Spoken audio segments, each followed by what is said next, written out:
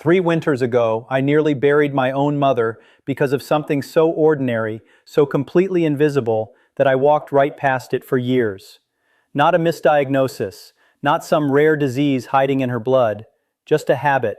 A single, quiet habit she performed every morning of her life, the same way millions of people do right now, at this very moment, without the faintest idea of what it's doing to their hearts. My name is Dr. William Lee. I've spent the better part of 2 decades studying the human cardiovascular system. I've stood in operating rooms for over 2,600 procedures. I've read the research, written some of it, taught it to younger physicians who looked at me the way you look at someone who has answers. And yet, when the phone rang at 6:48 in the morning, I froze. I remember the time because I was standing at my kitchen counter, half dressed, reviewing a stack of charts before my first appointment. It was my mother. Her voice was thin, papery, wrong in a way I'd never heard in 71 years of knowing her. "William," she said, "I don't feel right. My chest feels heavy, like something's sitting on it."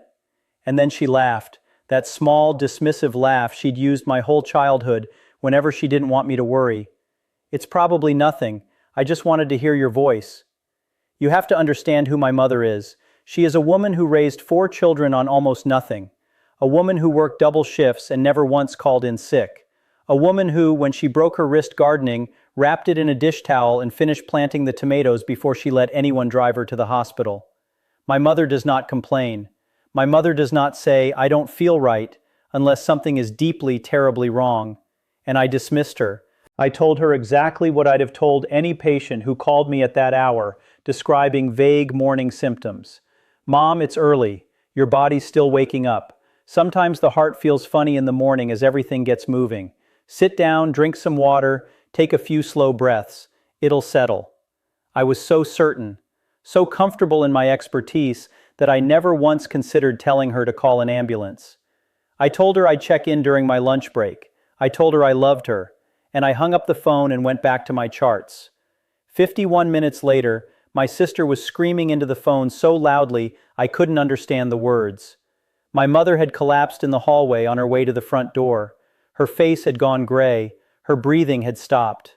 My sister, who happened to have driven over that morning to drop off groceries, was the only reason anyone found her at all. The ambulance took 7 minutes. The paramedics worked on her for 14.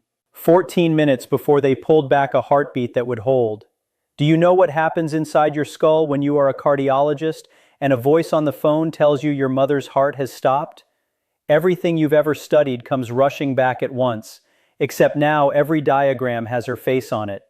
Every survival statistic you've quoted calmly to families becomes a number you're bargaining with God over. Every percentage becomes a prayer whispered through gritted teeth as you run red lights across town. I met them at the emergency department. I watched a team I had trained, colleagues who called me by my first name, work over the body of the woman who taught me to tie my shoes. I stood there in my white coat with my 2 decades of experience and my thousands of procedures, and I was utterly, completely useless. A bystander, a son, nothing more. In the single most important moment of my life, all my knowledge amounted to standing against a wall, watching, praying, and shaking. When they finally stabilized her, the attending physician, a woman named Dr. Sarah Okafor, whom I'd worked alongside for years, took me by the arm and led me into the hallway. Her expression was one I recognized instantly because I'd worn it myself 100 times. It's the look a doctor gives when the crisis has passed, but the hard conversation is only beginning.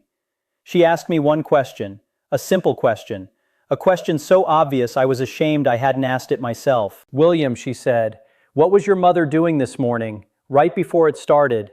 I didn't know. I genuinely had no idea. I called my sister, who was still trembling in the waiting room, and asked her to walk me through everything, minute by minute, and she did. She described a morning routine so ordinary, so mundane, that I almost hung up. Nothing unusual, nothing at all. Just the same things my mother did every single day, the same things she'd done every morning for the past 2 years, since she'd stopped working and finally had time to herself. And that is when the truth hit me like a wall of ice water. There was nothing wrong with what my mother did each morning. There was everything wrong with when she did it, and how she stacked one small thing on top of another. in the exact window of time when the human heart is at its most fragile. Her ordinary routine wasn't a routine at all. It was a loaded weapon she'd been pointing at her own chest every dawn for years.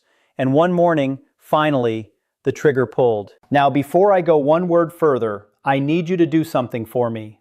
It'll take you 5 seconds, and it might just be the most important thing you do all day. In the comments below, right now, write down the very first thing you do after you open your eyes in the morning. Not what you wish you did, not the healthy version you'd like me to see, what you actually do, first thing before anything else. I'm serious about this. Type it out. Because in a few minutes you are going to understand exactly why I'm asking. And the honesty you show yourself right now might be the thing that keeps you breathing. My mother lived. After 4 days in the intensive care unit and nearly 3 weeks of recovery, I brought her home. But the woman I brought home is not entirely the woman who collapsed in that hallway. She's alive, and I thank God for that every single morning. But she carries the weight of knowing that for 14 minutes she was, by every clinical measure, gone. That her brain went without oxygen while strangers pressed on her chest and shocked her heart, trying to restart an engine that had run faithfully for 71 years without a single day off. And here is the part that still wakes me at 3 in the morning. It didn't have to happen. Not any of it. It was preventable. Completely, entirely preventable. Something broke open in me after that day. I became obsessed in a way I'm not sure is entirely healthy.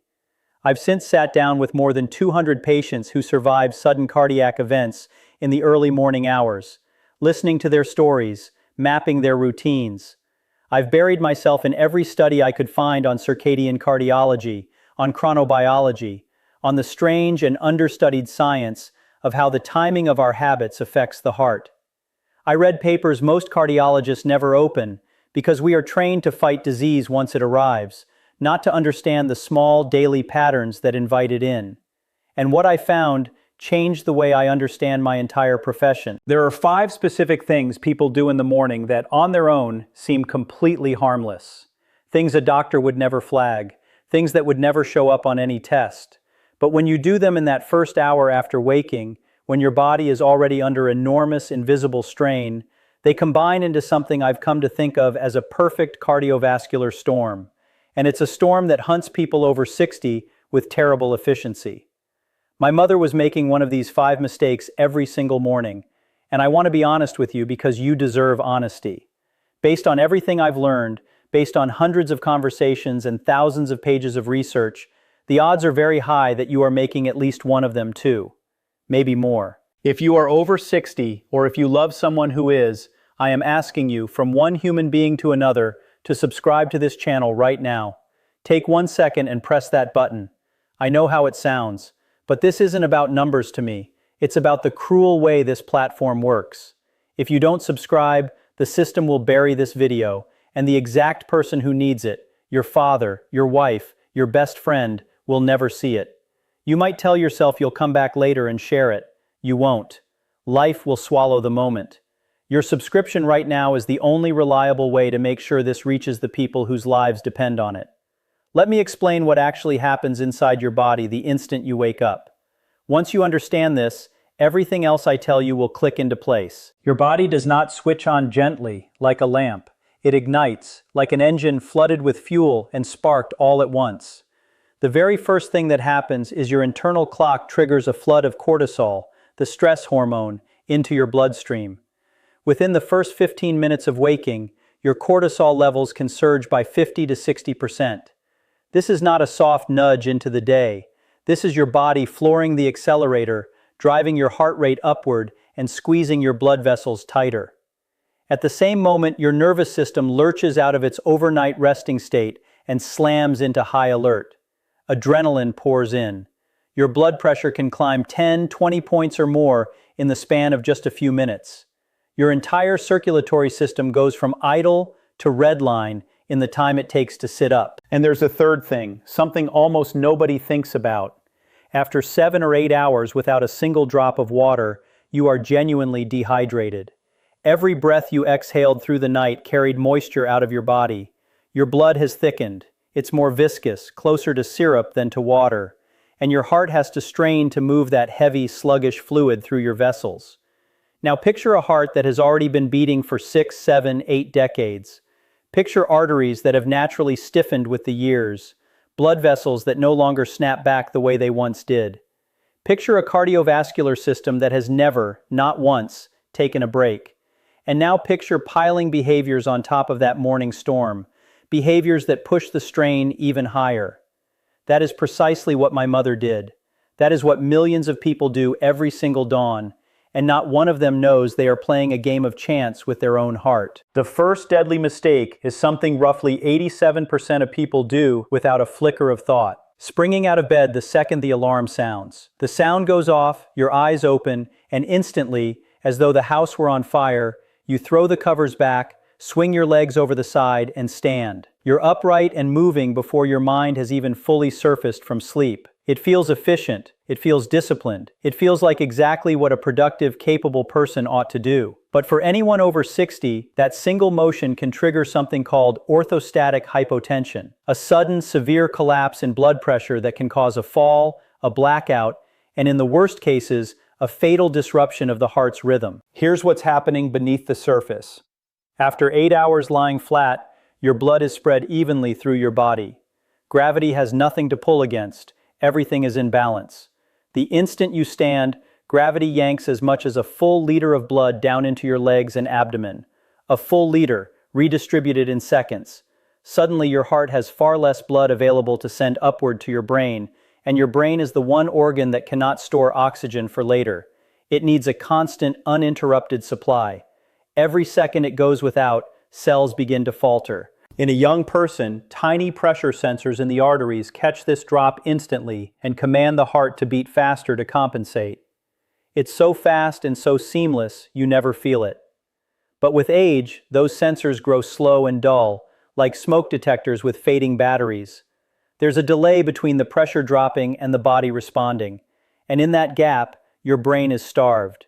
You feel the room tilt, your vision graze at the edges, your knees soften, and in the worst moments, you crumple to the floor. Falls are among the leading causes of death in older adults. Broken hips, cracked skulls, silent internal bleeding. And so many of those falls happen in the first minutes after standing up, when a person faints from this exact mechanism. But the danger runs deeper than the fall. When the body finally registers the crisis, when those sluggish sensors finally sound the alarm, it panics and overcorrects. It dumps a surge of adrenaline to force the pressure back up, and now your heart, which a moment ago was starving for blood, is suddenly hammering against enormous pressure. It races and pounds like an engine revved from idle to full throttle in an instant. And that violent lurch, in a heart already stressed by the morning hormonal flood, can spark a fatal rhythm. Sudden cardiac arrest. Gone before you reach the ground. The fix is almost embarrassingly simple. When your alarm goes off, stay lying down for 30 to 60 seconds. Take 5 slow, deep breaths. Signal to your body that there is no emergency. Then sit up gently and stay on the edge of the bed, feet on the floor, for another full minute. Roll your ankles in slow circles to wake the muscles in your calves that help pump blood back toward your heart. Only then, slowly, do you rise. 2 extra minutes, that's the entire cost. And it may be the difference between an ordinary morning and an ambulance in your driveway. So tell me honestly in the comments, do you leap out of bed the instant you wake, or do you give yourself time to surface slowly? There's no judgment here. I only want you to notice your own pattern. The second deadly mistake is one almost no one gives a second thought to. Failing to drink water the moment you wake. Most people reach straight for coffee, others shuffle to the bathroom. Others grab the phone and start scrolling before their feet even touch the floor. And every one of them ignores the fact that their body has just spent 8 hours quietly losing fluid through breath and sweat, hour after hour, all night long. By the time you open your eyes, you are meaningfully dehydrated. This creates something we call hemoconcentration. The liquid volume of your blood has dropped, but the solid components, the red cells, the platelets, remain the same in number.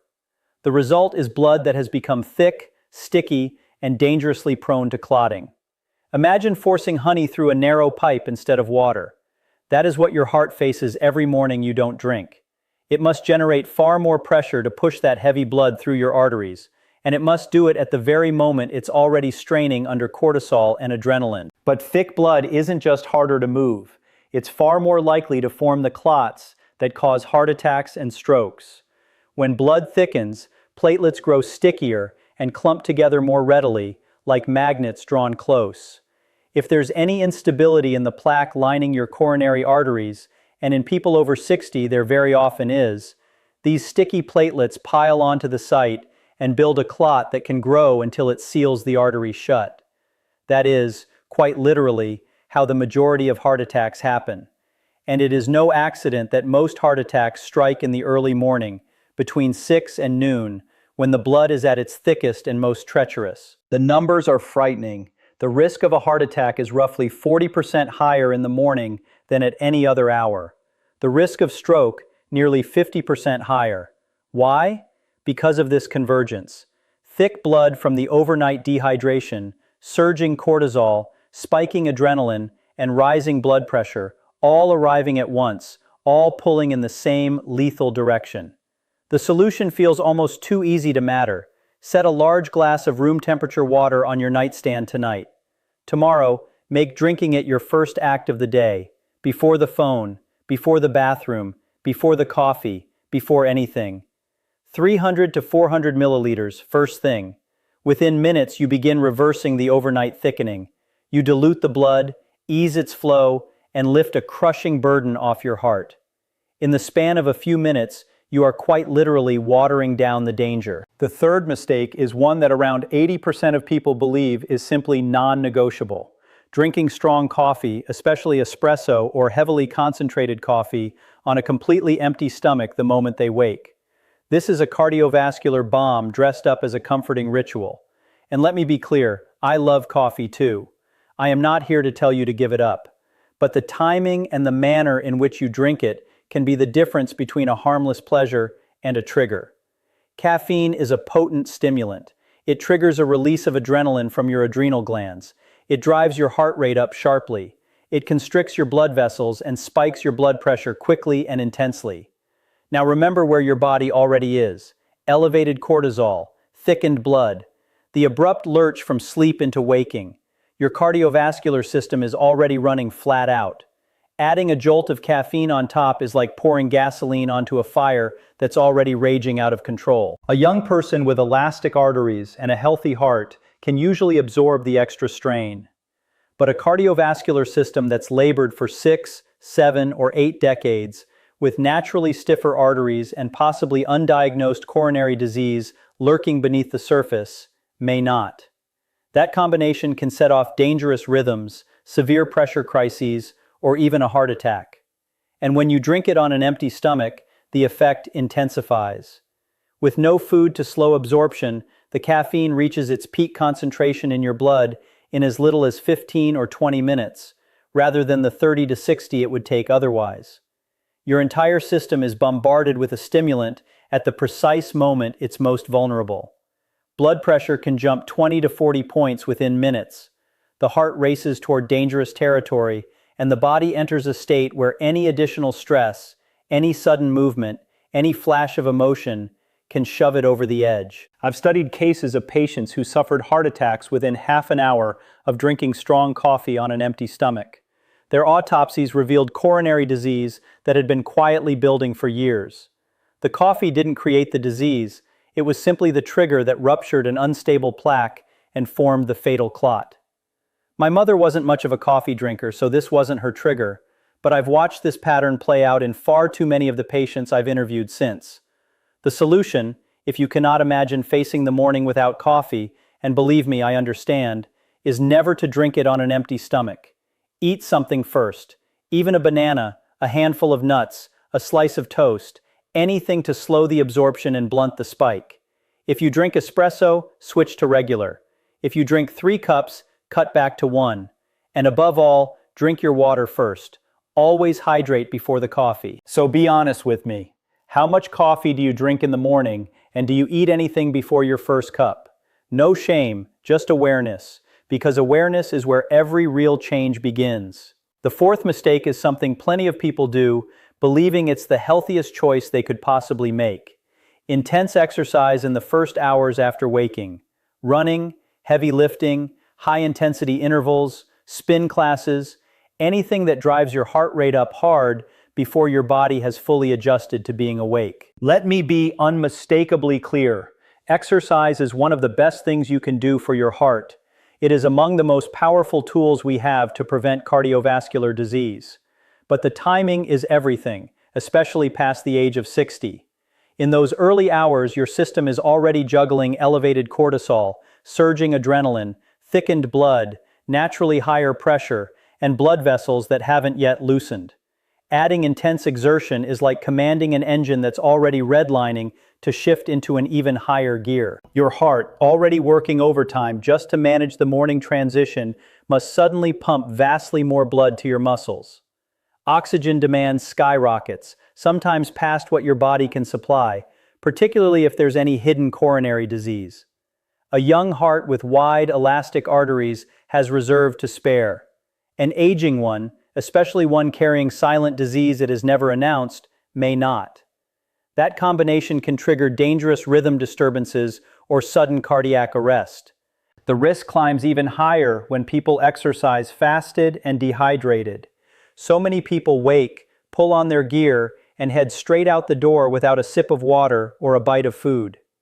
Intense exercise while fasting forces the body to break down its own tissue for fuel and floods the system with even more stress hormones. It can drop your blood sugar dangerously low, and combined with thick, oxygen-starved blood, you've assembled the perfect conditions for collapse. So many of the sudden deaths we hear about in gyms and on morning runs happen for exactly this reason. Seemingly healthy people who believed they were doing something good, unaware they were stacking risk upon risk upon risk. The solution, if you want to exercise in the morning, is to wait at least 2 to 3 hours after waking. Give your body time to fully cross over from sleep into wakefulness. Drink plenty of water. Eat something light to steady your blood sugar. Let the cortisol and adrenaline settle before you add the burden of exertion. Always begin with a slow, generous warm-up. Never go from 0 to full effort in minutes. And if you can, move your hardest sessions to mid-morning, afternoon, or early evening, when your cardiovascular system is far steadier and better prepared for the load. And now we arrive at the fifth and final mistake, the one that very nearly killed my mother. Before I reveal it, I need something from you. If any of this has been valuable, if you can now see how these harmless-looking habits are quietly endangering millions of people every day, press the like button right now.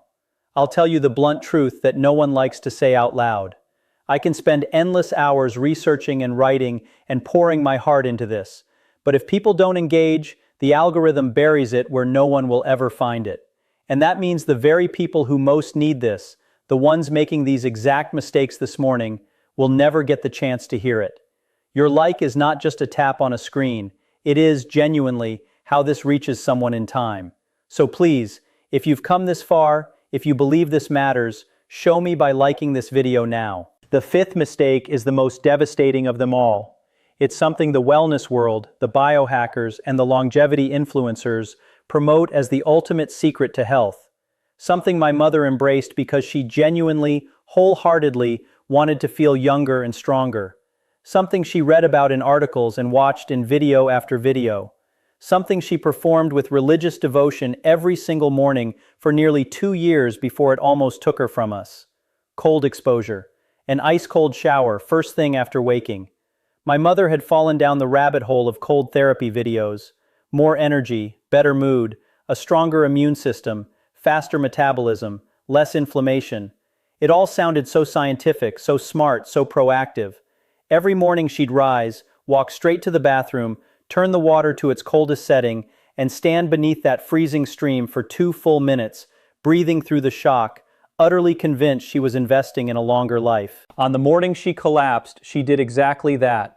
She woke, went to the bathroom, turned the shower to ice cold, and the instant that water struck her chest, her cardiovascular system went into total collapse. Her heart stopped. Here is the terrifying science of what happened to her.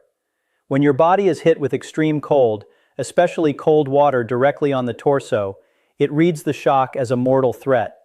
It fires every emergency system it has to protect your core temperature and your vital organs. In seconds, something called massive peripheral vasoconstriction occurs. Thousands of tiny blood vessels near your skin slam shut at once, not slowly, not gently. They close like floodgates dropping in a flood. Picture your circulatory system as a network of pipes carrying water under pressure. Now imagine thousands of the smaller pipes closing completely in an instant. All that blood has nowhere to go, and the pressure in the main channels explodes. Studies show cold water immersion can drive systolic blood pressure up 20 to 40 points in seconds. In someone with already elevated pressure or a fragile system, the spike can reach 50 or 60 points. For a heart that is beaten for decades, with arteries that have lost their youthful give, that surge is catastrophic. It's like trying to inflate an old, brittle balloon too quickly. The material can't stretch. The risk of rupture is enormous. Whether it's an unstable plaque tearing open in a coronary artery or a weakened vessel bursting in the brain, the outcome can be fatal within minutes. But the cold doesn't only spike the pressure. It also forces the heart to labor with brutal intensity, pumping against the enormous resistance that just appeared out of nowhere.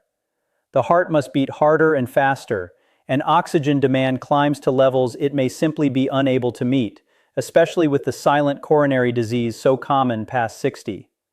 Most people carry some degree of it without ever knowing, because it hasn't yet caused a single symptom.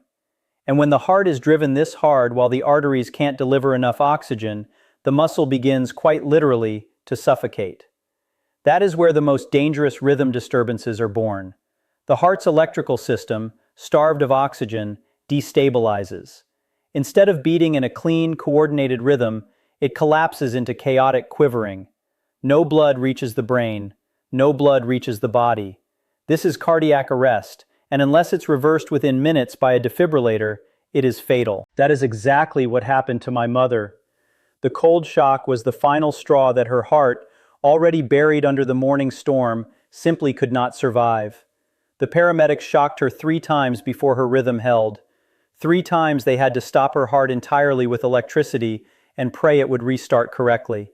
What makes this so much crueler is that morning cold exposure is being pushed relentlessly across social media by people who understand nothing about the specific cardiovascular risks facing older adults.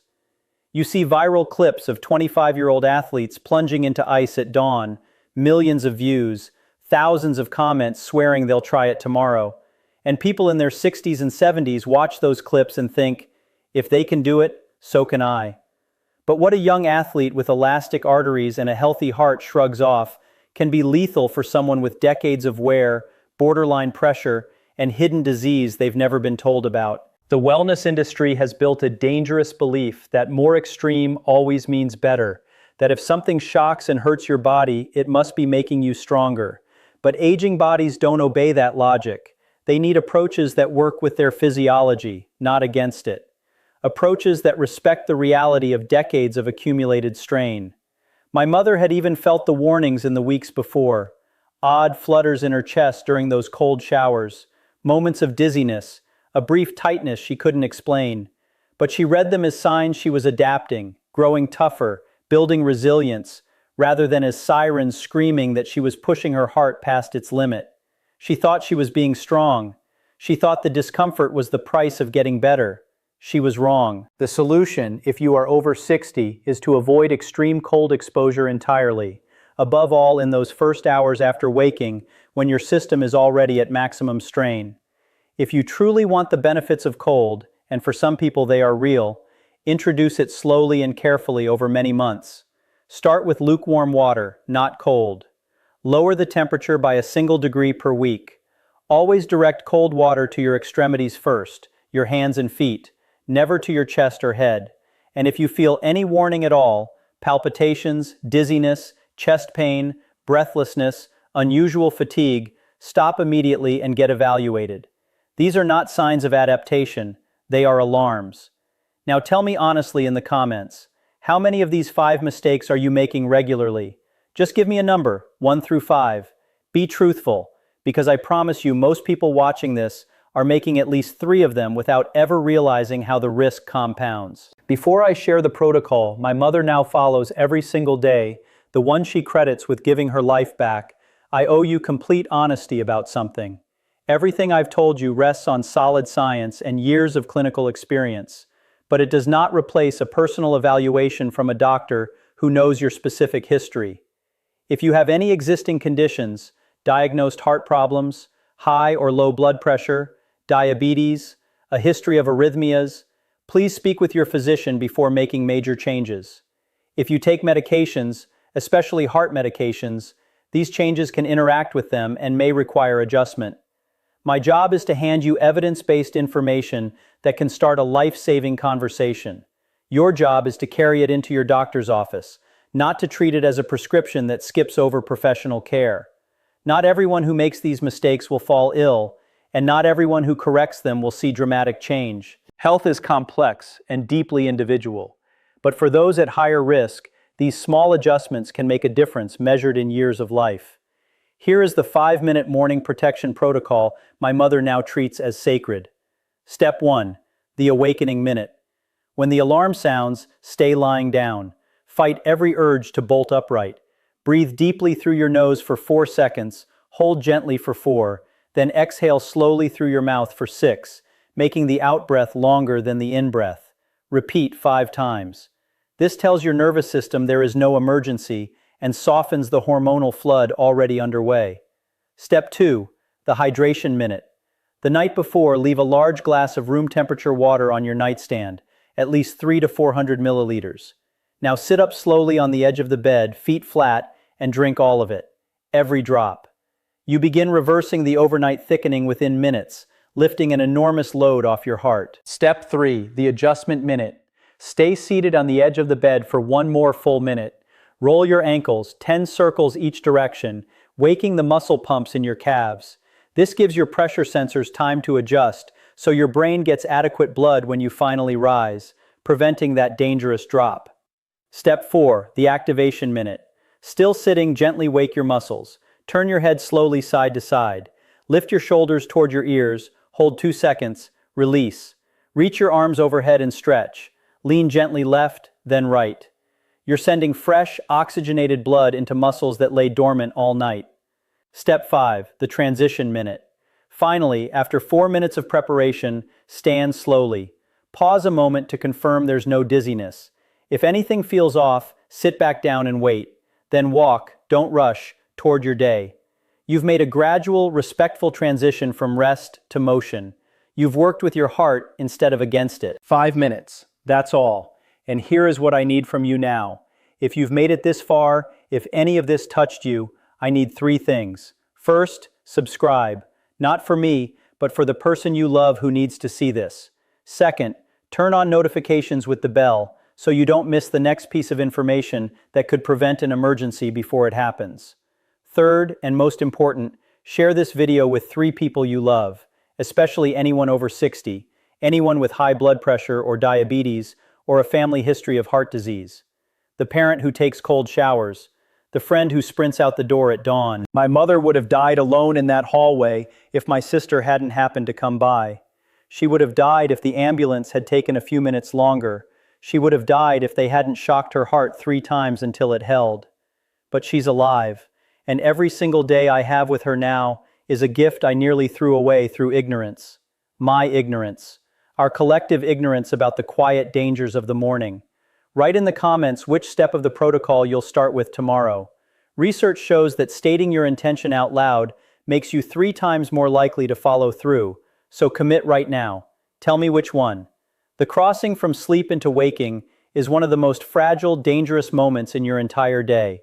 Don't dismiss it simply because it happens every morning.